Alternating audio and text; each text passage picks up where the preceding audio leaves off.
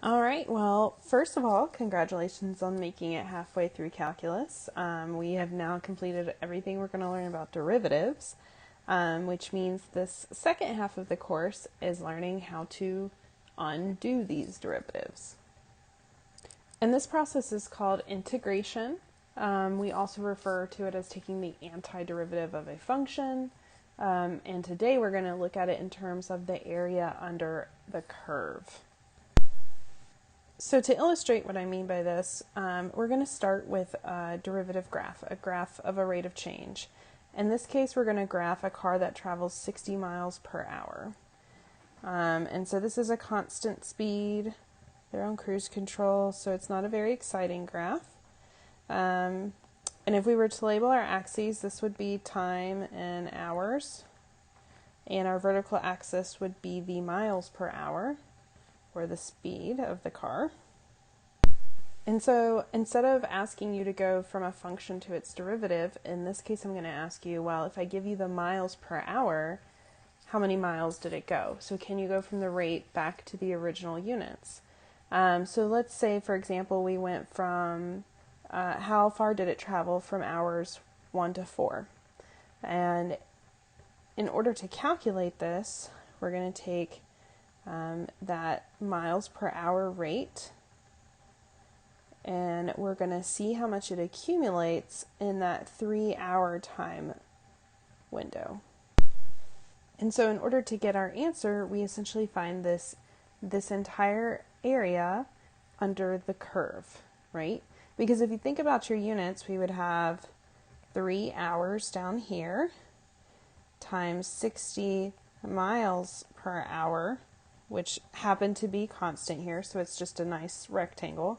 And if you multiply 3 times 60, which most of you have probably already done in your head at this point, you know you're going to get 180, but the units are what are super important for us. Hours times miles per hour results back into my original unit of distance. And so I know that if I were to sit here and actually shade in this entire area, that the result would be the antiderivative of this derivative function. And again, we call this integration of area under the curve.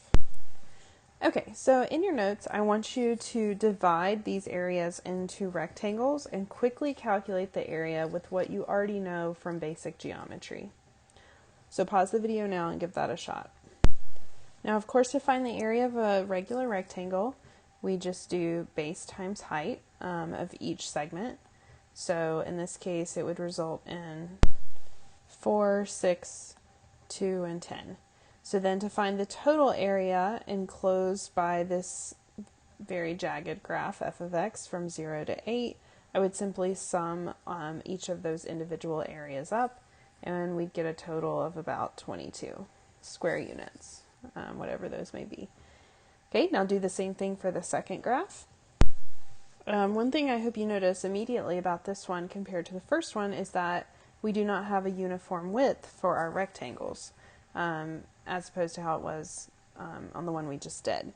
And that's something that we'll be paying attention to moving forward. Other than that, it's pretty much the same process. So we're going to get an area of 5, 6, 3, and 12, which gives us a total area under the curve of 26 square units. Now, obviously, most of the functions in here that we come across are much smoother, and they're not necessarily going to form perfect rectangles. What we're going to do now is kind of emulate the same rectangles we just had, but on a real-looking graph. And we're going to see how we might be able to use this approach to help at least estimate the area under a curve. So like, for instance, on the previous one here, right? So we're kind of thinking these same exact rectangles. On the previous one, we had this 2 by 2, which was an area of 4. Then we had a 3 by 2, which gave us an area of 6. A 2 by 1, little short guy, which gave us an area of 2. And then the last one was, what, 1, 2, 3, 4, 5 by 2, so an area of 10. So you can see, even though it's not perfectly rectangular, as the case is with most of our graphs, we're still getting at least a little bit of an estimate here of 22 square units under the curve. Obviously, it's an underestimate. Now let's take a look at the second one. Again, you're kind of using these same shapes we just did before. So for the first one, this 1 by 5, that's definitely an overestimate in this case. And then we had a 3 by 2. So that's going to be also just a slight overestimate. And then the second one was 1 by 3, another overestimate. But then the last one was only a 4 by 3, so it was an underestimate. Okay. So out of the two, which one do you feel is actually a better approximation? Well, that's debatable based on each graph that we come across. In this case, I think this one's consistently an underestimate, whereas this one, we definitely have a big overestimate here, but at least there's a little bit of underestimating over here to kind of balance that out. So this is actually something that has a name. It's called the Rectangular Approximation Method, which sometimes is abbreviated RAM. It also is going to start a conversation about Riemann sums, which is something that you're going to hear about a lot this week. And it says, suppose we wanted to know the area of the region bounded by a curve, the x-axis, and some beginning and ending value, a and b. The first step is to divide the interval from a to b into subintervals, and usually we prefer to have ones of equal width versus ones of varying width. And then use that width of each subinterval to figure out what the height would be at that particular position. Okay, so the height of each rectangle is determined by the function value, or the f of x value, at a point in the specific subinterval. And there's 3 methods we can use to determine where to draw the height of our rectangles to, and they have different names. There's the left endpoint, right endpoint, and midpoint. And there's also a 4th one called a trapezoidal rule, which we'll get into. But as far as rectangular ones, we have left, right, and middle point of each subinterval from which we could draw a rectangle. So just take a look at these 2 pictures and think, what do you think was used for the rectangular approximation approach? Do you think they used the left hand approach, the right hand approach, or the midpoint approach? So your instincts probably served you well.